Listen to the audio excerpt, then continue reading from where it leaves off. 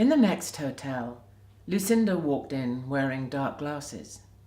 She was being pulled along by her imaginary seeing-eye dog on a make-believe leash. At the reception, she stood beside Eva, took off her glasses, squinted at the clerk, and said, "Do you have a room that provides services for a woman and her guide dog?" The clerk looked over the edge of the desk and said, "Madam, something must have happened to your dog. You don't have a dog." "Well," said Lucinda, shaking her head, "you are mistaken. My dog is right here." The disconcerted clerk said, "I think your dog has got away on you." "Sir, my dog is right here." Without looking down, she pointed beside her. Then she paused. "Is there a problem with this hotel? Is that what you're trying to tell me?" She put her hand on her throat. "That you do not provide services to a blind woman and her dog?" Eva looked at her and then at the clerk. "Excuse me, but I'm with him. You don't have a dog there," she said. "I don't? Well, there must be some kind of malaise in this hotel from which you are both suffering." She regarded Eva slightly off-centre, her blind eyes missing her face. "You say you're with him. You work for the hotel as well. Then to both of you, I hope you recommend a change in policy." Whereupon she turned and was led away by her dog. Eva declared it her favourite performance yet. "I had to keep looking down to make sure you really didn't have a dog. So did the clerk. Incredible. What did the critics used to say about you? You're a shaman." "What did the young man look like?" Lucinda asked. "He sounded nice." Eva laughed. It was all a little exhausting. When Lucinda came out of roll, she felt embarrassed. "I'm thinking that last caper was a little, well, in bad taste, do you think?" Eva was incredulous. "Come on, it was the best, and I loved my part in it. I'm going to do that more." "Oh, Eva, I hope not. I mean, we should give it up, don't you think?" "No, it's so much fun." "The play has to come down, Eva." "No way."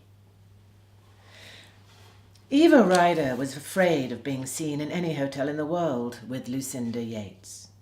An elaborate subterfuge was required, with Lucinda garlanding Eva's unspecified fear with new improvisations acted out in almost every hotel since leaving Canada 2 weeks ago. Each city created a fresh necessity for Eva to feel a broad disclaimer of relatedness. How had it happened that Lucinda didn't know what Eva's fear was about, even though she was the lead in this play? Was it some ancient worry clutching Eva on the back of the neck? Or was it that she didn't want to be seen with anyone, even if no one gave a damn? Lucinda was so anxious these days, so jumpy. Or was Lucinda the object of this exercise, and not the hotel clerks, the guests, the chambermaids?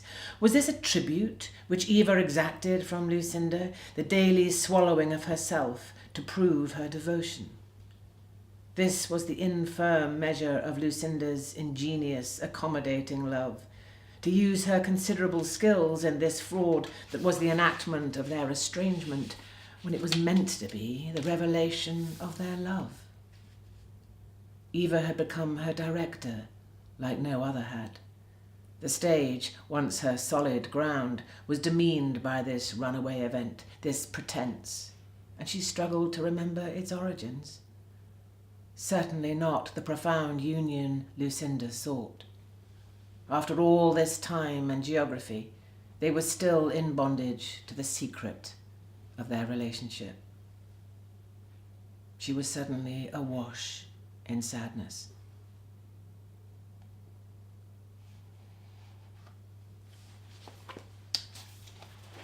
The bullfight. Dogs were barking in the square below the window of their hotel.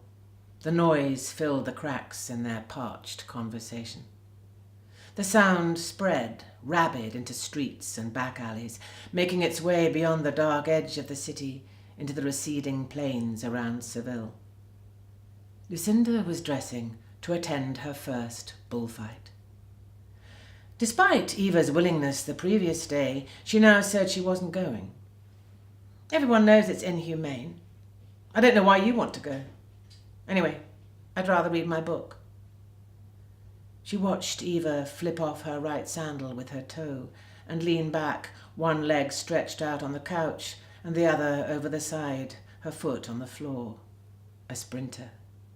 With self-conscious nonchalance, her diminutive, perfect form modelled a woman easily clearing an obstacle in a steeplechase and magically holding the pose. You could bring your book, sit in the stands, not look. Lucinda didn't want to be drawn away from her purpose. Have you seen the Panama I was wearing yesterday? Stay here with me. Eva didn't raise her eyes from Hemingway's Farewell to Arms. Despite the entreaty, her voice sounded flat. Despite being flat, the plea broke with her usual style. Lucinda stopped searching for the hat. Really? I've been looking forward to this ever since we decided to come to Spain. It's Sunday. What if I'm bored? Boredom is good for the soul, Lucinda quipped, using the word which caused Eva such chagrin. I'm sure it's next to godliness. Eva frowned. Lucinda found the hat and put it on. She wanted to be on her own and not tending to Eva's reserved preferences. You'd probably embarrass me by cheering or doing something mindlessly enthusiastic. Eva raised her head. Lucinda touched Eva's neck and then changed her mind about kissing her goodbye. Despite the hat, the 5 o'clock sun in the corrida stewed and then shellacked her head with heat. Her face felt bloated. A large man sat down beside Lucinda on the cement stairs that were the bleachers. He took more than his allotted space, his leg touching hers. She moved over. Her perceptions and all her senses were at last unmanacled, and she didn't want to feel hemmed in. In the arena, the banderilleros practiced swirling their pink capes over the yellow sand, moving them before the imaginary bull, until the trumpets blared, ceremonial and theatrical. Lucinda was thrilled by the pageantry of it all. The music stopped. The crowd was silent. The world below was about to begin. The huge doors in the wooden barricade of the ring slowly swung open, and the bull, massive in his shoulders and upper body, exploded into empty golden space. He was so big and ferocious and certain. He could push over trees or tractors or anything. The bull pounded into the ring, breached the air with his indelible self, was all head and shoulders and bulk. Yet his legs were small, and his feet. Lucinda thought maybe they were even too small. After such confinement, now space, the wide circle of open ground, was his. He stopped. There was nothing for him to knock down or knock out. He was invincible, and then, if such hugeness could be disoriented, that's what he was, disoriented. His mere presence vanquished the terrain, cleared it of not himself. Yet he wanted something against which he could forge I am. Above the barricade of the ring, 14,000 people were hushed, watching him and hoping for him. He thought he was alone. There was a fluttering in his peripheral vision to his right. The crowd could see that it was a pink cape which a banderillero was hanging over the barricade. Being bull-blind, only movement mattered to him. At last, something to challenge, to oppose. A hair's breadth of time between his noticing the thing and his starting towards it. A slight pause, a gathering of strength. And then he was centered in his muscled, certain universe. He charged. The thing that caught his attention wasn't there, and never had been. It disappeared more quickly than he could stop. his wholeness smashed against the wooden boards. Lucinda twisted her head to avoid the blow. More than furious, the bull continued, butting his head against what had disappeared. The crowd laughed just a little, but Lucinda didn't laugh. She wanted him to get it, that this was a game. It was all a trick. She wanted him to stop playing. The weight of the bull was written above the gate, 478 kilos. He looked around for what had gone. Nothing. Another flickering to his left. He charged a silken movement which ended up himself crashed into a wall. Then again, always this skirt of desired, violent attention. Unless he broke a horn, she figured he'd keep at it. Then, as if by magic, horses and riders appeared in the centre space. The picadors wore jolly white hats which might easily fall off. The blindfolded horses had protective padding draped over them, like cloths set out on a table, bright yellow, but not as yellow as the sand under their feet. The bull pawed the ground. Finally, he was in his domain, in a field with the centaurs, who then stabbed him for what he had been taught to do, which was charge. Again, every time, he was stabbed. She had never seen anything alive be so cut into. This couldn't be called cruelty to animals, because it was a play in 3 acts, inevitable, participatory. Death ended it all. That was the required tragedy. She'd only known one death. Her stomach heaved. She leant over to hold her head in her hands, but managed not to be sick. Panic set into her every time the fat man on the padded blind horse dug his spear into the bull, and the bull didn't think to run away. Why did it never cross its mind? These piercings were meant to show him that the world was not what he thought it was. Lucinda wanted to flee. To detest this spectacle, she had to separate from it, and she couldn't. It was non-negotiable, this thing between the human and the bull, a correlative for some deep-seated and elemental desire for sacrifice and dominion. She smelt the stink of burnt meat on an open fire. Her mouth secreted saliva with the iron taste of blood. She'd bitten her tongue. She was implicated, pitched inescapably into this horrifying scene. The act of hard watching brought its harvest, intense yellow and pink colours, the stench of sweat, the barbarous sun. They now swelled her with fear until she stepped out of the fear. She watched, as curious as if a painless death were about to be her own. She was becoming the beast, barely cringing when the blade went into his neck. So many things moved in the wind, wanting him. He was unmoved, watching.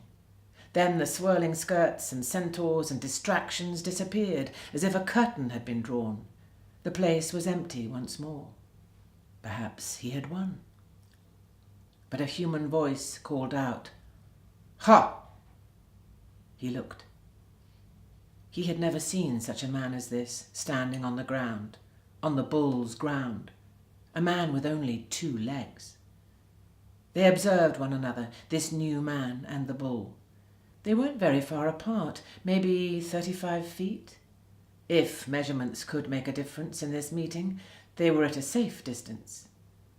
The man was so available for piercing and lifting and dropping, it was almost not worth the effort. Why bother with such a useless thing? The centaur was a dangerous, capable foe, but not this man, all alone, who was tense, as though something terrible might happen. The bull could smell it, and it excited him too. What might happen? Nothing. Nothing interesting. Yet the man had something at his side, a cloth that moved the way the others did, but it was part of him. The man opened the wing and then snapped it closed, and again. Ha! The word he remembered.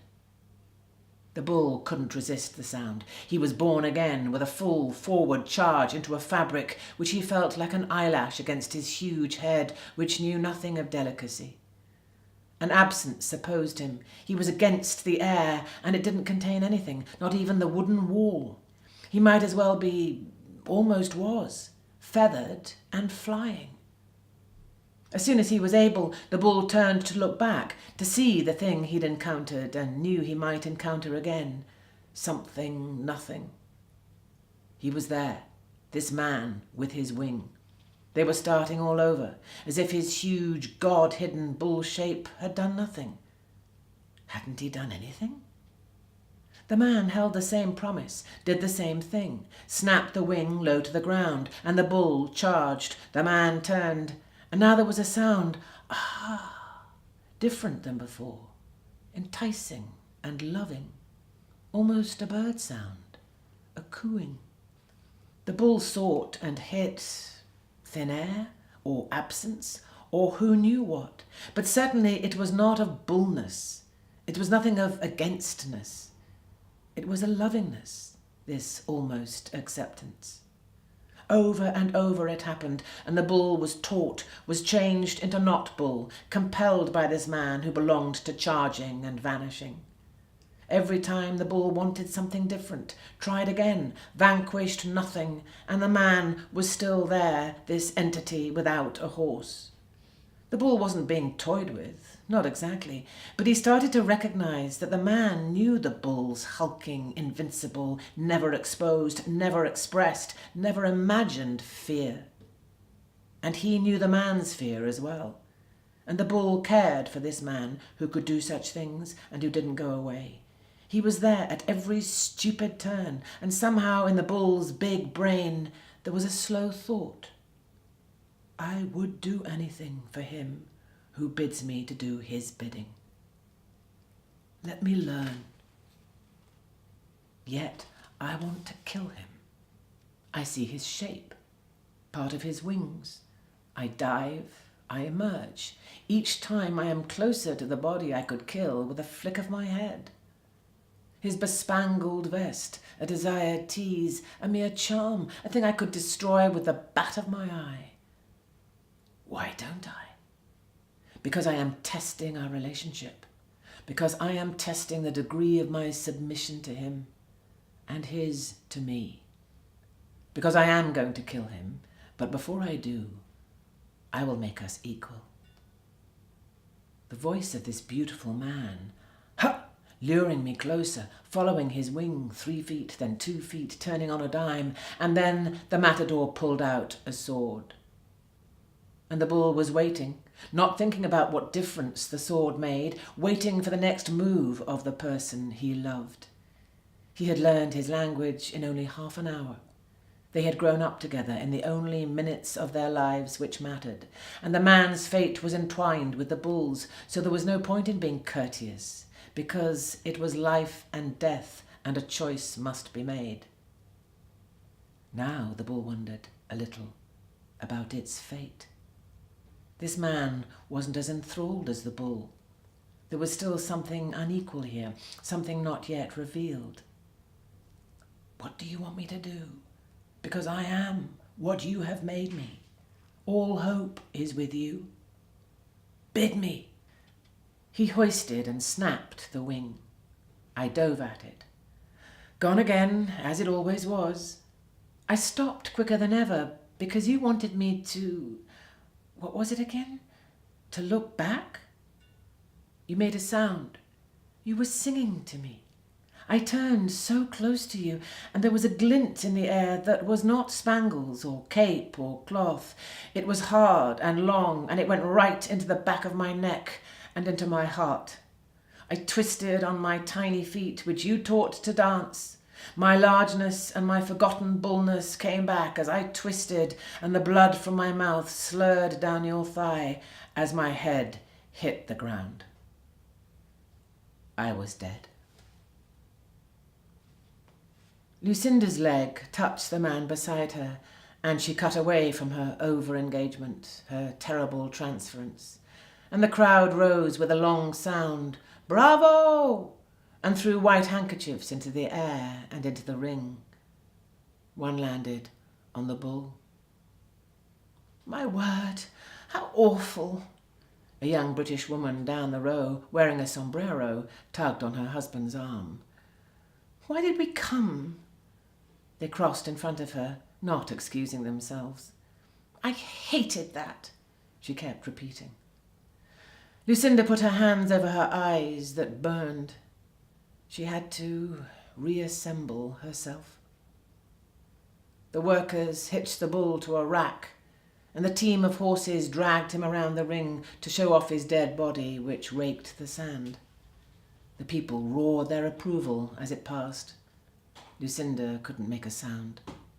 The matador bowed to the president, who granted him the 2 ears of the bull. She should leave, go back to Eva, but she wanted a gluttony of this. After 6 bulls and 3 matadors, she walked back to the hotel. She was exhausted and exulted, as after her own performance.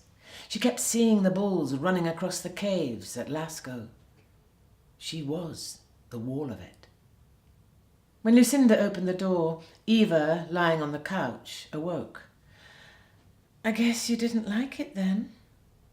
Fresh from the dead of sleep, she was quick-witted and ironic. "So, how was it?" "I was unaccountably..." She was about to lie, to make something up which was polite, manageable, and domestic. The truth of the charged, erotic ritual held her to a standard, even as she was dropped from it. Dropped into this place of confusion and cross-purposes. Actually, I seem to have projected so much onto what I saw, I really don't have a clue what was going on." Eva interrupted. "We're supposed to be at dinner already. I'm famished." She stood, stopped, inhaled. "There's an odour around you. Humus."